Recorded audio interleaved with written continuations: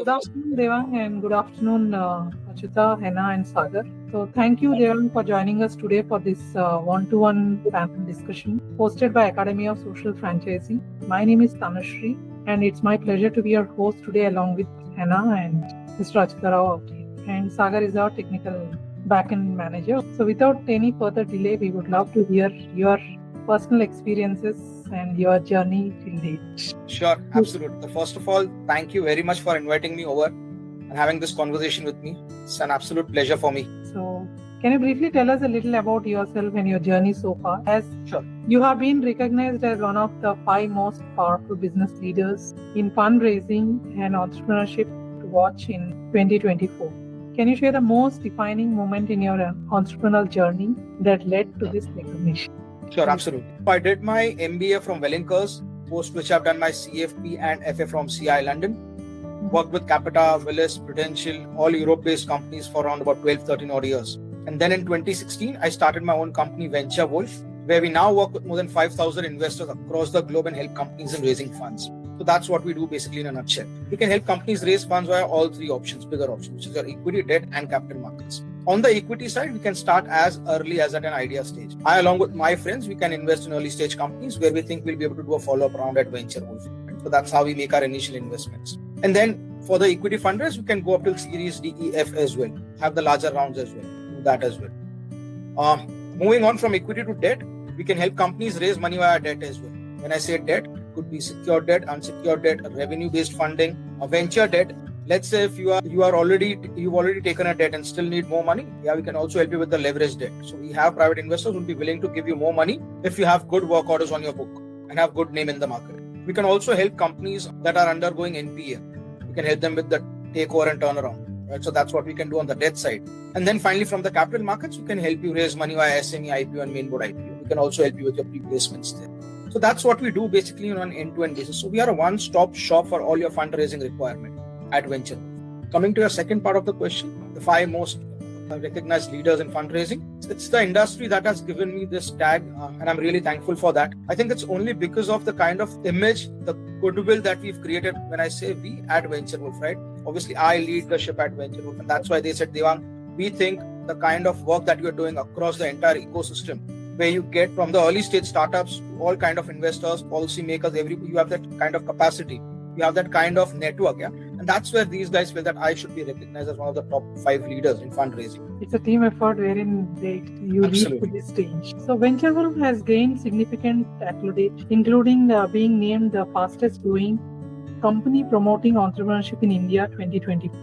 So what were the key strategies that contributed to this success? Right, yeah. So let me take you quickly through the Venture Wolf journey as well. Sure. So we started Venture Wolf in 2016. I didn't know what to do, how to take things forward. But what I knew was I wanted to create a platform where fundraising becomes easy for any kind of business. And that's where the vision was, to create a platform which makes life easier for entrepreneurs to raise funds so that they can focus on their core business.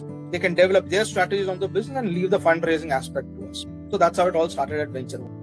And then we plan to take this Venture Wolf, Wolf Den now to the next level, where we are coming up with a format called Wolf Club. Absolutely wonderful journey where you have utilized all the different phases of life for your betterment. That's really nice to hear. So what inspired you to start Venture Wolf in 2016? What's the turning point? Yeah. So while I left my job in 2016, for a brief period of time, I did one startup which failed for me, right? And I encountered a lot of challenges for fundraising at that point in time. There's a systematic process that needs to go into it. An entrepreneur needs to understand what kind of documentations are required. An entrepreneur needs to understand the flow of fundraising. Each investor has their unique way of asking questions, doing their due diligence, giving a term sheet. And that's where I figured out a need in market and started Venture. So that's the spark which has got Venture Wolf into picture, and as of today it's thriving. So with 21 years of experience in the financial services industry, how do you think the landscape of entrepreneurship has changed, especially post-pandemic? Rather than answering the question post-pandemic, let me answer this post-2016. The reason being, Startup India, Stand Up India came into India. I think a lot of things have changed since then. So prior to 2016, if you ask me, not many people knew what a startup is. Not many people knew how to raise funds. Entrepreneurship, startups, any economy, if you have to get all these things going, you need a good leadership. Correct. right? Who can actually push things across to the ground level, right? So rather than being a job seeker, start being a job provider. That's where the things started changing, right? And then over a period of time, I think the budgets that were coming up from the government side, that started helping us. Even in the recent budget, they've scrapped out the angel tax, which is a fantastic thing. Those guys saw what market is looking forward to, right? They listen to the market, which is very, very important. And that's where I think things started changing for India in 2016. Just to give you an example, I had a couple of startups that were into apparels manufacturing, right? These guys had nothing to do during COVID. Their factories were actually shut down. But they started creating PPE kits. So they were ready to shift their model from apparels manufacturing to PPE kit manufacturing, right? Overnight. So strategies started changing. People are ready to take those kind of risks, experiment. And that's where that kind of attitude has started coming in, right? It's fantastic. That's required. And again, so next couple of decades, it's India's decade. I always keep saying that. Yeah. Great. So you have mentored several startups from the idea to IPO stage. So what are the common challenges startups face and how do you guide them through those challenges? Fundraising challenges, I think the basics are missing. So every entrepreneur or a startup, when they start a business, they feel raising funds is my birthright and I will raise it. Raising funds is not your birthright. Let's understand that first. Second thing, my competitor has raised money so I will also be able to raise money. Absolutely. Just because your competitor has raised money does not mean that you'll be able to raise money. Third thing, once I meet the investor, I will be able to get money from the investor. Absolutely not. Another very, very important thing, fundraising is a continuous process. It's not a one-time activity. You might get rejections, but you can't go back and sit back on your chair and say, no, I will not go back and raise funds. You need to keep trying. You have to keep meeting investors day in, day out. Get out of your office, network. I think networking events are the best places where you can meet investors. Even if you don't meet investors there, you'll meet some colleagues, you'll meet some other guys from the same industry, probably you'll be able to generate some business there. Why? Because you're still building something. Correct. The more you listen to people, the more you'll be able to build into your own product, right? And then create a much better version. Yeah. Wonderful. Thank you. So you have built an impressive network of 5,000 plus investors. What is the most critical factor investors look for when deciding to invest in a startup? So starting from what kind of an idea are you running? What kind of a startup are you planning to do? How good your team is? How good the founder is? What's the founder's background? Will they be able to pull it off if things start going down south? Plenty of investors look at. Yeah, so we get them ready for all these things. But let's understand one thing. Even after looking at all these things, there's always an X factor that investor will look at. Which means, as an investor, I think everything is good, including your founders, your team, your product, your everything. But somewhere down the line, my gut feel says, no, I don't want to invest in this. Okay. Yeah, then I will not invest. So a lot of investors work on this as well, right? So it all depends on investor to investor. So could you elaborate on the type of business particularly interested in funding, especially those looking for equity or debt? So while our investors at Venture Wolf is sector specific, we guys at Venture Wolf are sector agnostic. Okay. We have a dedicated team who keeps a track of market and investors. And that's where we guys are sector agnostic. We can't limit ourselves to any sector. Why? Because we have a large area of investors, right? Including sector agnostic investors and sector specific investors. All right. So how do you assess the potential of distressed company or NPA for turnaround and buyout? Very good question. See, so startups is a completely different game. NPA is a completely different game. Especially when it comes to NPA, a couple of things that investors or the company who wants to take over and turn around. So when we look for NPA cases, how old has the company been running, since how many years they have been into losses, why the company has gone into NPA. So let me give you a very good example. So one of the companies where we were helping them with the NPA, what we realized over a period of time is there were two founders. What these guys had done was these guys had split two companies. The main company, they had split into two companies. In one company, they had moved all the liabilities. In one company, they had moved all the assets. The one in the liability, they had turned that into an NPA. So there are even these kind of cases that we come across. Very smart people in market. Good example. Thank you. So in your opinion, what sectors currently show the most promise for investors in India? And how do you foresee the trends in private equity and venture capital evolving in 2024? So healthcare still remains the favorite. Yeah. So healthcare has been the favorite since a long time. So talking about health tech, we guys are doing health tech innovation conclave in Pune on 21st of September. All the startups that are looking to participate, feel free to participate there. So any startups or companies who want to showcase their products can showcase their products at our pavilion there. Right. And then post healthcare, I think consumer space is another one good space. Yeah, D2C space. Fintech again. So I personally love fintech as well. I think these 2-3 areas, travel and tourism. Yeah, so anything good in travel and travel tech. I think that again appeals to me a lot. Great. So what advice would you give to entrepreneurs looking to raise funds, especially in a highly competitive market like India? See again, so earlier there was funding which was coming in left, right, center at one point in time. Yeah, but today investors have realized what mistakes they have made. They've become very smart as compared to what they were earlier. Having said that, it's not that there's no money in market. They are just waiting for the right opportunities where they can invest. Keep approaching investors, keep trying, figure out on every investor call what you could have done better, how you can better your pitch, and that's how you can raise funds. That's why keep learning to enhance your investor pitch. Absolutely. So coming to mentorship, as a mentor to startups across India, including platforms like Atal Incubation Center, what's your approach to nurturing entrepreneurial talent in young founders? Very good question. See again, so in our country, we have some fantastic talent. The problem is we are not able to tap them and nurture and grow them. So at one of the events I was talking about, where there are incubation centers, there are student-based startups that come up, right? But once the student passes out from college, that does not move on to the second generation or the second league of entrepreneurs or students, right? That is what is missing there. I think that's something that we need to focus on. Somebody at that incubation center needs to file things properly, take it forward from one leg to another one lab to another lab. That's something that we need to look at. Having said that, I think there's an immense opportunity in early stage startups and early stage companies, youth-based startups. I think India has the biggest number of youth-centric startups as of today as well. Your Gen Z is rocking today, right? They will have the maximum buying power in next 10 years, right? Focus on these things, and I think you should be able to build a fantastic startup ahead. Wonderful.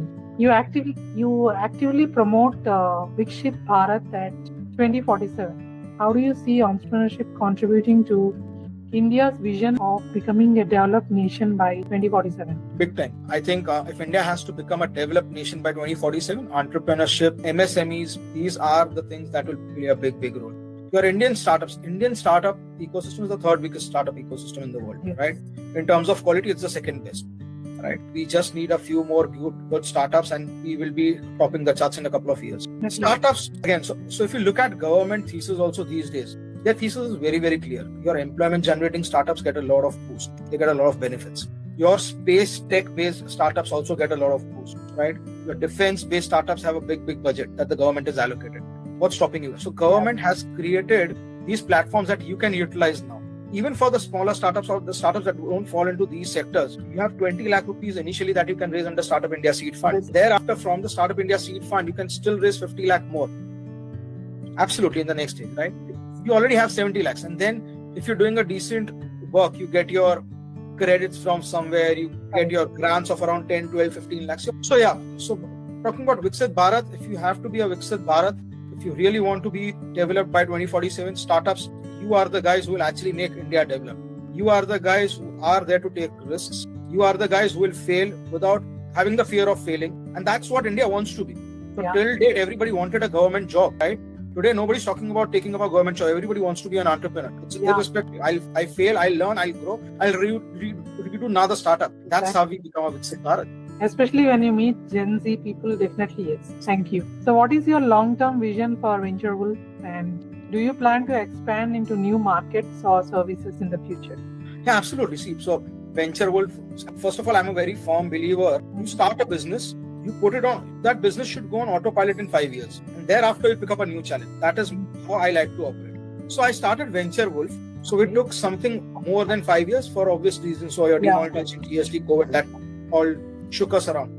But we are quite settled down at Venture Wolf now. So if you ask me Venture Wolf, I probably don't have to do anything at Venture Wolf. So today you're already in autopilot mode. Absolutely. My team has actually made me an accountant at Venture Wolf now. You just manage the accounts, rest of the things we'll do, Manav, Fiza, Rajkishan, Atif, So these guys take care of all the things at Venture Wolf. And that's where I wanted more challenge now. What to do? I have actually nothing to do now. My team is doing well. Only the escalations come to me. I actually had nothing more to do. And that's where I said we need to do something more. That's how we came up with Wolf 10 Investor Summit format. Wow. This year was our second year. So first year, it was our first event. There were a lot of learnings. This year, when we did our event, we went back to the markets and the participants. Everybody said, Devang, you've jumped leaps and bounds in terms of the event that you did this time. Amazing. The reason being, we at Venture Wolf are firm believers of learning things and growing fast. So we put all our learnings from season 1 into season 2, into episode 2, right? And then we bettered ourselves. Now, the third version will be much more better than version 1 and version 2 of Venture Wolf. And in 4th or the 5th season, Wolf 10 again will be all on autopilot. Yeah, 5 years span of time. Absolutely. Why? Because it has backing of Venture Wolf. Right. The goodwill of venture growth that it can bank upon. Correct. Right? So I'm expecting Wolf 10 to be on autopilot within the next 2 seasons now. I don't want them to go up till 5 years. Anywhere between 3 to 4 years, it should be good by itself. So again, I'll be becoming redundant very soon. Right? So That's the next challenge will come up for you. Absolutely. So the next challenge for me is Wolf Club. Okay. So then now Yeah. Wolf. Absolutely. So this is once a month pitching and networking format that we are creating every month. So every third Friday of the month, right, we have a sector specific meetup get together that happens. So is it specific to a certain city or is it online based? City wise, yes. So we'll start off city wise. So Mumbai will start off our first chapter. But again, within Mumbai, we then want to break it up into proper sectors. So you have your Wolf Club healthcare, right? Healthcare Wolf Club. So your Sector healthcare wise. professionals, absolutely.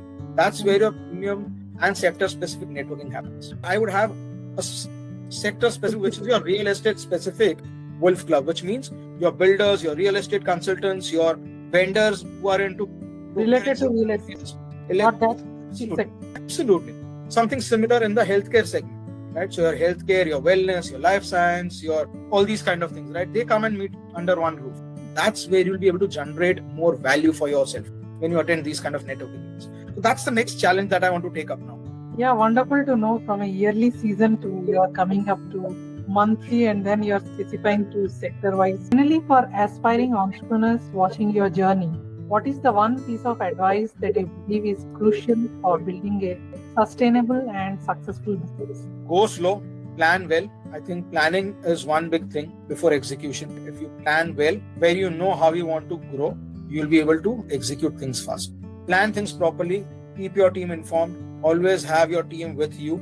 Things will go wrong when they have to. You don't have to work hard to take things down south. Yeah, you have to work hard to move things in north. Don't be afraid when things don't go your way. Yeah, there's always a plan B that you can fall upon. Move on to your plan B, but stick to your goals. Slow, be steady. That's absolutely fine. Sometimes you'll have to go a step back, right? But always remember one thing. When a wolf takes a step back, he's gonna move ahead much faster.